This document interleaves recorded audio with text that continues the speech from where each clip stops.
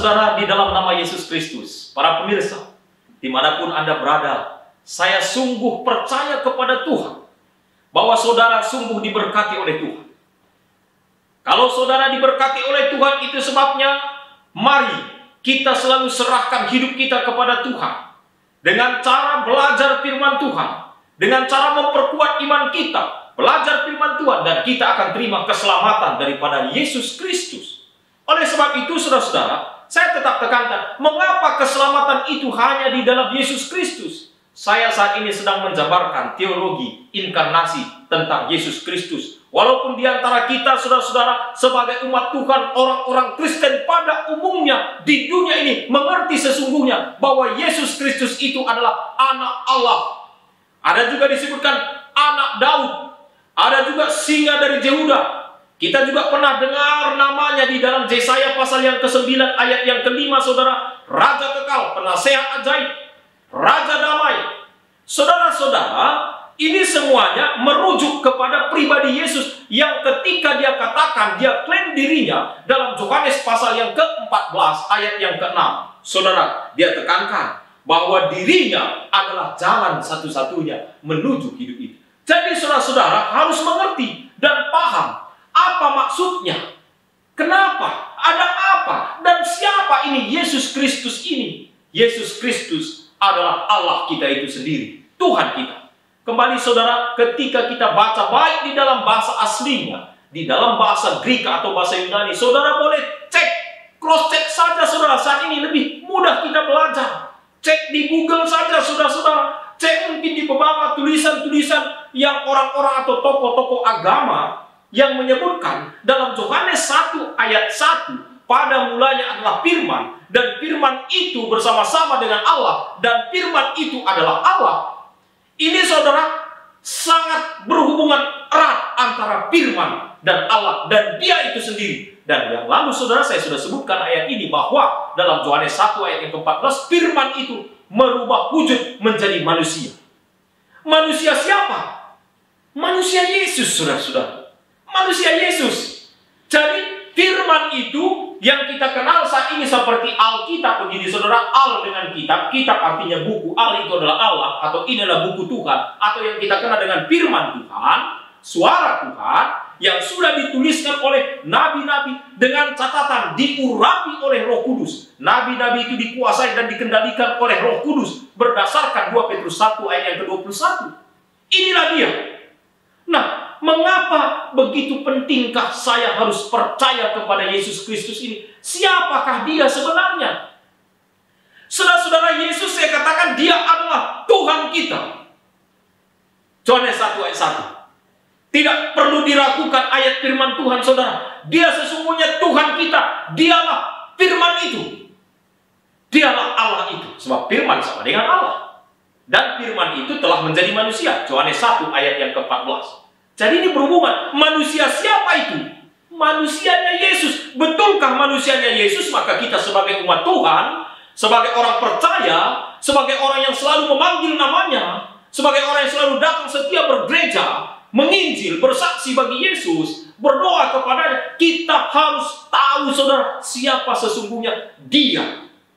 Kalau kita baca di dalam Ibrani pasal yang 1 ayat yang 1 dan 2, dia dalam tanda kutip saudara, Yesus Kristus, yaitu Sang Anak.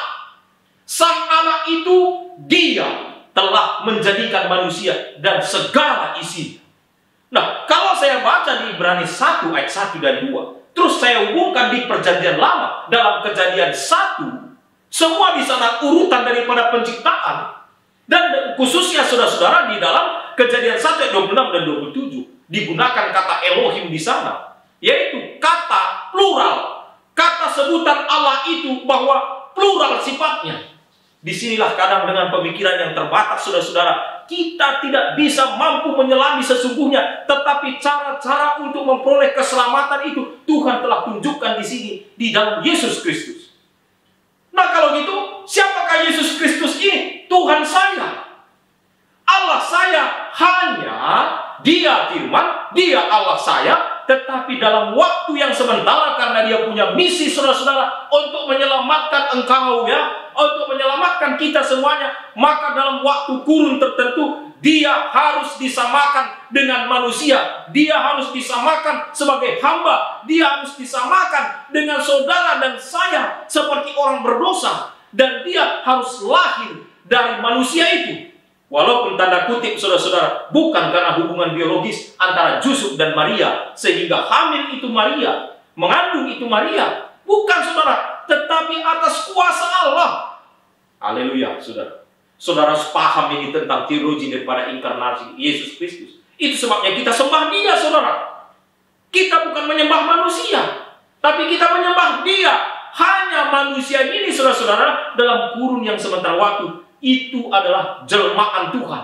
Jadi kealahan itu dibungkus di dalam diri manusia Yesus. Bagaimana ceritanya ini, saudara-saudara, terbatas memang pengetahuan kita. Kalau di dalam diri saya, ya saat ini, saudara, saya berdoa kepada Tuhan, kemudian saya minta kuasanya, Tuhan bersamalah dengan saya, hadirlah dalam hidupku. Oke, Allah juga bisa hadir. Tapi beda konteksnya, saudara-saudara, seperti Yesus Kristus. Dia adalah jalan itu. Beda konteksnya, saudara-saudara. Ini yang disebutkan di dalam Alkitab. Betulkah ini dia ambil itu raga kita, merubah wujud? Apa yang disebutkan Yohanes 1 ayat 1 dan Yohanes 1 ayat 14 itu benar. Kita buktikan, saudara, berdasarkan Filipi pasal yang kedua ayat 6 sampai ayat yang ke-8. Mari kita buka Alkitab kita.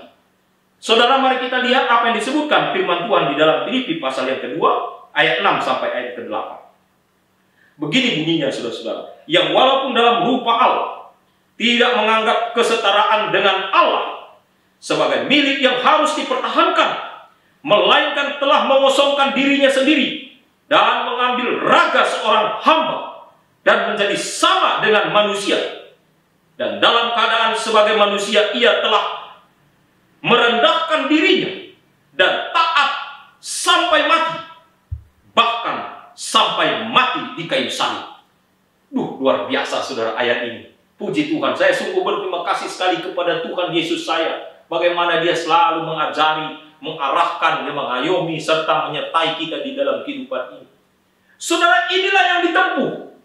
Dia sebenarnya Allah, dia sebenarnya firman itu, tapi dalam waktu yang sementara, dia turun ke dunia ini, dalam waktu yang ditentukan, dia menjelma menjadi manusia. Itu sebabnya apa yang disebutkan di dalam buku Ibrani, pasal 2, pasal 3, di sana disinggung, saudara-saudara, bahwa Yesus seketika waktu lamanya lebih rendah dari malaikat-malaikat. Yang sebenarnya dia adalah pencipta, saudara-saudara. Kalau kita tadi baca dalam Ibrani 1 ayat 1 dan 2. Pencipta, menjadikan segala sesuatu dari yang tidak ada menjadi ada. Dengan kata bahasa Ibraninya dalam Kejadian 1 ayat 1 disebutkan bara, saudara. Bara. Barasit Elohim. Artinya dia menjadikan segala sesuatu dari yang tidak ada menjadi ada. Ini luar biasa Yesus ini, saudara-saudara. Sehingga kita harus betul-betul menyembah Yesus. Hidupku harus di dalam Yesus. Hidupku harus bersama Yesus. Sebab dialah keselamatan itu. Dia Allah saya, dia Tuhan saya. Harus jelas sebagai orang Kristen ini, saudara.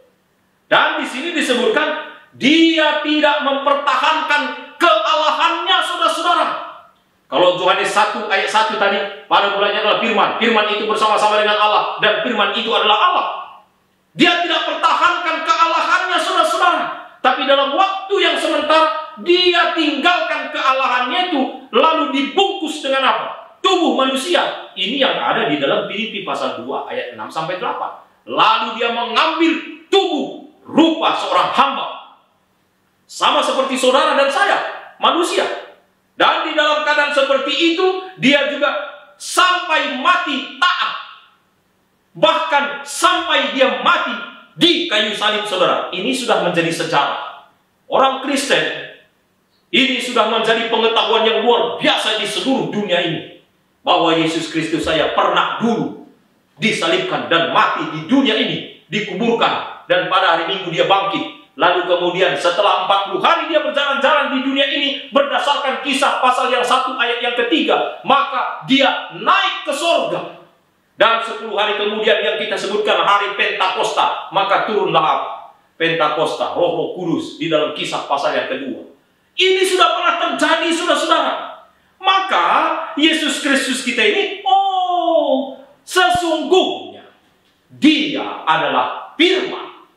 Dia adalah Allah.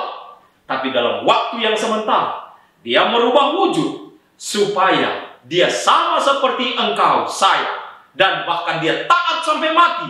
Bahkan sampai mati di kayu salib. Inilah yang dialami Yesus Kristus. Makanya saudara, saya selalu tekankan sebagai hamba Tuhan, harus setia menyembah Yesus. Amin saudara ya. Jangan tinggalkan Yesus. Setia sembah Yesus. Karena dia pencipta kita, dia jalan hidup, dia kebenaran itu. Dia akan selalu menyertai saudara dan saya dalam segala hal di dunia ini. Sehingga semuanya nanti kita akan tiba di dalam apa? Kerajaan surga, saudara-saudara.